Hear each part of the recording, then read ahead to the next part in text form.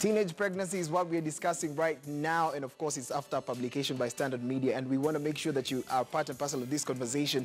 Hashtag Youth Cafe is what we're using right now, and of course my able panel is in the studio right now to just make sure that we get to answer some of the questions.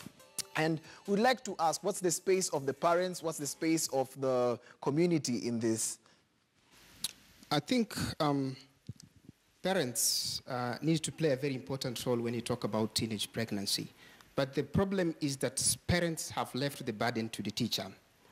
And the teacher is already burdened by the employer. So today we are living in a society where a parent will be happy when the child goes to school, because he says, finally, this person has gone to school. Mm-hmm. And therefore, the parents have been left behind when we talk about the problem of sexuality education. Mm-hmm. So the parents are really not doing a great job, if I'm asked, because sexuality education should begin from home. Yeah, sexuality should begin from home. So I believe that teachers do have a role to play, because we have got life skill education in school. But remember, it is not evaluated. Mm-hmm. So no teacher will really emphasize so much, because after all, he needed to produce results at the end of the term. Mm-hmm. So if the parents are going to leave everything to the teacher, then it's going to have a problem. Safina? Yes. Who should we blame? Because actually you work in schools. Yes. The teachers are not present, or rather they are, but there's nothing to be done about it. Yes. And just talk to us about, is it now that we need to concentrate on the plight of the teacher, who will in turn help the students, or should we concentrate on the parent, who will in turn, or should we educate the child? What should be done? What should be done? Thank you very much, Brian, for that question. And I think all the three stakeholders you've mentioned are very important. We realize that, you know, I call the family unit the soul of the nation. It all begins at the family. So it's important to all the parents who are even watching us to realize that it starts right at home. But again, we get the problem where it's the advice is not being given at home. The children come to school. Like Nelson mentioned, they come to school, and there's also that challenge that the teachers are having in order to meet what they're expected to do. Mm-hmm. So the question becomes, what comes of the student? And that's why we are here today, because we are saying, yes, we have this situation in an ideal society. We will be there, we will be working together. But now that that is not happening, we as the youth, what are we doing about it? Mm-hmm. These are our sisters, these are our brothers. How do we come in and fill this gap to educate the young? That's exactly what I'm asking. Daisy. You work with young girls. How do you start the conversation? Because first of all, I don't think so many parents right now can actually sit down with their little girl and tell them, so this is sex and this is what is involved, or these are the outcomes of sex. Because I think the conversation is out here, but people are not getting it from their parents. Sure. Either they're getting it from music videos, and yeah, just talk to me about that. Thank you, Brian, for that. I think that's what we are actually trying to fight. It has been seen as a taboo for parents to actually sit down with their children and discuss sex. Mm-hmm. The sad reality is... And is it a taboo? It is not. The sad reality is these children know so much more than their parents can even imagine. How do they get this information? From their friends, from the phones, from internet. These children have access to phones and internet. So the parents should stop assuming and sit down with their children and actually discuss sex and the effects, and tell them, you know what, when you get to this age, you can actually become pregnant and your life can be ruined. Mm-hmm. Because even if they don't tell them, they are the ones who come and deal with the burden of taking care of their children and their children's children. Mm-hmm. Yes. Taking care of their children's and children's children. We actually have a clip of Amina Mohammed, who's the CS of Education, and we want you to get to hear what she actually had to say just earlier on during the exams. Well, during the last 3 days, I think we have had nine young mothers. At least that's the report that I have. By the end of today, we'll give you exact figures of those that became mothers during this period, as well as others that just fell ill. Yeah? We had a student, for instance, who was in a coma. I think he's recovered now and is on way to full recovery. The young man that we visited at Memorial was also not well. But he seemed quite well, and he was very happy to be sitting his exams in hospital. I also wish him all the best. So yes, so the number has been rising, and that's a bit complicated and worrying, I think, for us as parents, and as leaders in our country, because these children should actually be in school. They should not be in hospital nursing young babies. They are children themselves. They are babies themselves. So this should not be the case. And I think that all of us need to self-reflect and really think seriously about what is happening in our country, how we are not protecting those that God gave to us to protect, right? A child is a gift, and that will never change, right? Whether that child is born by a 13-year-old or by a 40-year-old, a child is a gift from God. We need to protect these children because they're actually the future of our country. If we don't protect them, then our country's future is in jeopardy. They are the future of this nation. So mtoto ni mtoto. Wanasema utatupa mtoto because they've already been born. But then I'm just asking, is it true that watu wanaogopa mimba kushinda hata Mungu? I just want to get a response from the same. Like, there are so many other things that surround these pregnancies, meaning there is sexual intercourse. Are people just afraid of the pregnancy and not the other consequences around it? I think that question is it's in two ways. Young adults, let's say 10 to 19 years, most of them, they have not gotten into contact into sexual behavior. But the numbers? Most of them are in the practice zone. So most of them, when they go to practice, is when they get pregnant. Are you getting it? So when you say people fear pregnancy, I will tell you those are university students. They already know what are the consequences. But these young adults, they are testing, and when they get pregnant, they don't know even how to use contraceptives. So all adults, let's say from university students, them they will even fear pregnancy than HIV and AIDS. And it is practical, it has been seen that the number of contraceptives being used by adults is higher. So according to me, I'm going to get your question is, young adults, to them, they are still practicing these things. They are still in the test and see what will really happen. Test and see. I'll catch you at that. We're going to go on a short commercial break. On the other side of the conversation, we just want to find solutions. What should be done? That's all we want to know. Keep on watching.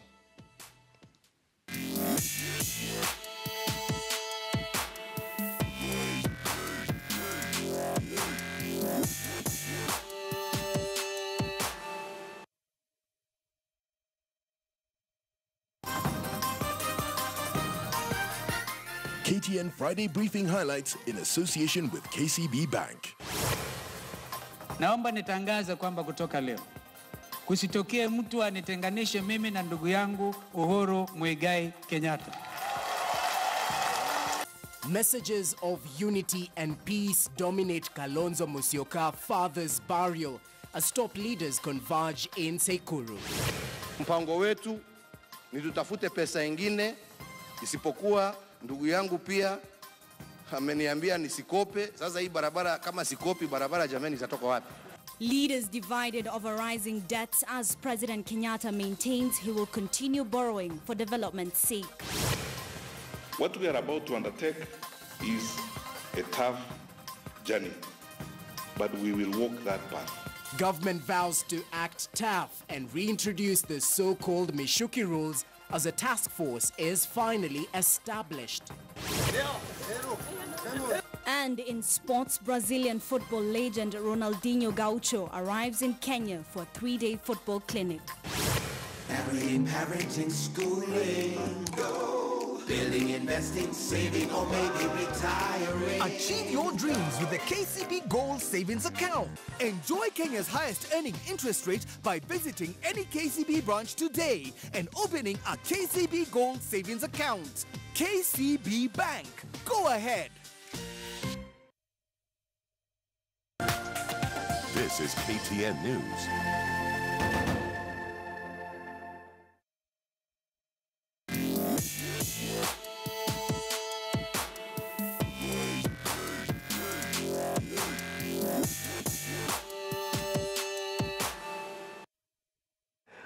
Welcome back to Youth Cafe, and of course the conversation is getting deeper by the moment. And if you're out there and conversing with us using the hashtag Youth Cafe, we can actually hear you loud and clear. And of course, Alex Kimutai says you need to involve up to grassroots and all counties if possible. And so much feedback. Also, Tony Basweti, who's enjoying the show. Chiki also watching and asking a couple of questions. Anauliza, kama you can give the response to Daisy, if you can be able to give the response to what Amina Mohammed said. Alisema watoto, what should we do with these children? Because probably those are the children who end up being called unwanted kids. What should be done? I think, Brian, those children that have been born, they are children, and there's nothing you can do about it. So what we need to do is to help their mothers get back to school, get an education, get a source of livelihood, so that they can be able to bring up these children in a good way and to educate them and to give them a secure future. Yes. So, Sofina, please, just on the same.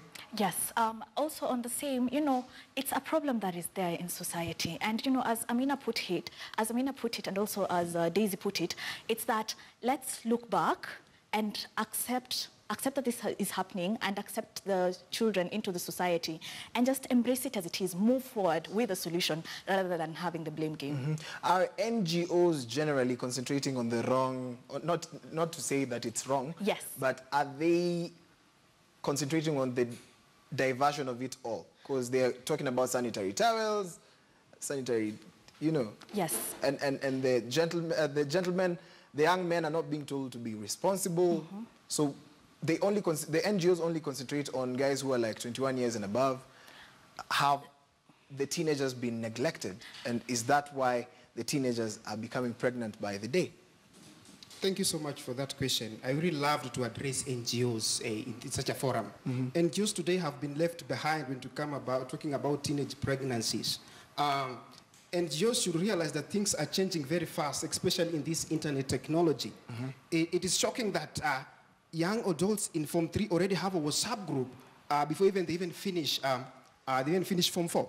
So NGOs need to step up and understand the real thing affecting young people and understand the problem from their own. They should not emphasize only on the girls. They should go and even talk to young boys. Tell them that let these girls study first. We shall meet them in the future. But how are you in control of that?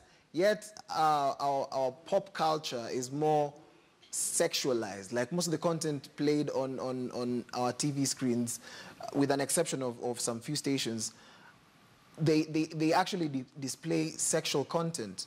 Are these kids only responding to what they are feeding on? That is true, and that's why I have mentioned a point on the use of technology. The use of technology has come very fast through the Internet of Things and artificial intelligence. Young people today seem to be attracted to the internet, and what seems to be attractive to them are more than what they listen. And that's what I say. These people in school, they are being controlled by the teachers a little bit. Teachers are controlling them, but remember, those who are the scholars, they sneak in some of these materials in schools. Therefore, they meet these young people who are already in the process of testing. And once they see that, they start developing the sensation of wanting to try. And that's why I'll bring in the point, parents need to be involved in the process of policy making for comprehensive sexuality education. True. Yes. I agree with that. TV is not the only medium of communication. And of course, we have social media, which plays a big part. You find so many young people, as you've said, forming groups. And of course, just in case you don't know, there is an event called XXX that actually goes down. It's a group of young people, and they interact in such platforms, and they meet for sex and nothing else but sex. How do we control social media? Because it's beyond our control, yes, but how can we be able to control the consumption of this? China was able to bar their domains in that you cannot access pornography, and the penalties of pornography and all these other forms of sexual activity through media, they bring about a big or a bad penalty. Ebu niambie Kenya, sai, if they introduce these penalties, will they work? That's actually what I wanted to say, Brian. In Kenya, the only way that can work is introducing a really serious penalty. You see, the time when let me divert a bit, when we introduced the issue of the new carrier bags that replaced the polythene plastic bags in Kenya, When Kenyans heard that they would be fined huge amounts of money, they complied. So if we want Kenyans to actually act and stop exposing young girls and young children to these social media sites and the phones and the technology that's harmful to them, we should come up with a way of introducing penalties and ensure that it's adhered to. And it's taken seriously. Let one person or two people be arrested or be actually charged, and you'll see it will work. There's someone by the name Jacob Omenya who says that, let me read it, who actually says that poverty is a big contributor to this. It is. Just talk to me about the same, Sofina. Yes. Poverty, why is it a big deal? Because I'm being told that also young girls are being involved in prostitution and stuff like that. Yes. But then, how do you monitor that? You know, it's the case of the youth, the children in Busia, the high school girls who are getting boda rides in exchange for money to get pads, and then they go, you know, engage in the acts. So indeed, let me tell you, Brian, and I really need us to go to the core of this. You know, we're just looking at the problems on the surface. We are talking about poverty. But don't we have successful people who have come out of poverty? So it's possible. So at the end of the day, it goes back to the morals and what we practice as a society. What is it that we are asking these children to believe in? Because whether I am poor or I am rich, as long as I know, you know, we're talking about the ABCs, abstinence. As long as I know, as a young girl, I am focused. I am focused on my education. I need to study. They have information. They have education. We have raised awareness in the schools. And that's why, you know, I like to merge with the question of NGOs. In as much as you're talking about, you know, NGOs not having that direct impact, but we are trying to reach back to the core of our society. So we are looking at the morality. Once again, information. If this girl is well informed, she knows, I go engage in sexual activity, I will get HIV, I will get pregnancy. You know, they fear pregnancy because it is what the society will see. But if they are aware, it will ruin my future. I am in a poverty state. That means it will follow the generations that come after me. So it's very important that we get back to the core. What are the beliefs that we're giving these children, whether rich or poor? What is it we're instilling in them? Yes. Is the African culture supporting, I'm sorry to say that because we're Africans. Yes, that's but true. There is something you say, they are taboo topics. Yes. How then do we handle these taboo topics? Because I'll give you an example. If you go to the rural areas, you can't go to a Maasai and start expecting the mother, even the mother to start talking about sex. And it's not a rural issue or an urban issue, but people are being affected left, right, center. What should be done? You have an organization that deals with young girls. Yes. Just talk to us about your organization, Kidogo. And of course, we'd like to know, there's so many young girls out there who'd like to be helped, and how best can they be assisted? Thank you, Bran. My organization, Dear Little Sister Foundation, says no to teenage pregnancies. And we actually say motherhood waits. That is our slogan. And what I can say for sure, mothers, especially in the rural areas, as you've said, find it very difficult to sit down and discuss sex with their children. And what we are trying to do in our organization is sensitization, talking to these mothers and parents and aunties, telling them it's actually okay. It is not wrong. It's not a taboo. It is fine to sit down with your daughter or with your son and tell them, this is sex, and if you engage in sex, you're going actually to get pregnant, you're going to get diseases, and your future will be ruined. It's okay. Why? Because they have not been doing that, and the result you've seen in the news. In the children getting babies during exams, and it's a sad situation. Number two, in addition to sensitizing the mothers, we're also sensitizing the girls. We are talking to girls and asking them also to understand it's not the lives they are living for their parents. It is actually their future they are ruining. And they should understand that, as Sofina was saying, it's not just about the pregnancy. You realize these children don't just engage in sex, they're actually engaging in unprotected sex. And they do not only risk pregnancy, but also serious diseases like HIV and STIs and STDs. So we reach out to them and tell them, it's your life. You know what? You need to abstain. You're still too young. You need to focus on your education and understand that motherhood waits. Yes. Just parting shot as we finish. Well, for my parting shot out there is, we see that we have different organizations which are led by the youth. And I believe we are the solution to this country. So even as we go out there and as we engage, remember, we are part of the society and we are the ones who will mold the moral compass.